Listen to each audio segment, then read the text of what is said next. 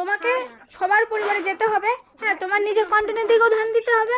আর সব থেকে তুমি যে একদিন কমেন্ট করে 7 দিন করবে না, তাহলে তোমার পোস্ট আমাদের সামনে একদমই আসবে না। আর তোমাদের পোস্ট যদি আমাদের সামনে আসে, আমি তো কাকই মানে ধাক্কা দিয়ে সরিয়ে দেই না, অবশ্যই দেখে গঠনমূলক কমেন্ট করি। তো বুঝতেই পারলে তোমাদেরকে কি স্যাম্পল দেখানোর কথা বলছিলাম, আর স্যাম্পলটা কি তোমরা বুঝতেই পারলে।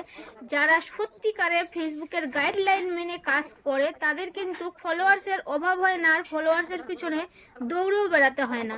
এটা তোমরা মানো কিনা জানি না, আর সত্যি তোমরা কবে মানে মাথা খাটিয়ে কাজ করবে সেটাও বুঝতে পারছি না। কারণ তোমরা এখানে যদি সফলতা অর্জন করতে চাও, তাহলে কিন্তু যারই ভিডিও দেখো পুরো ভিডিও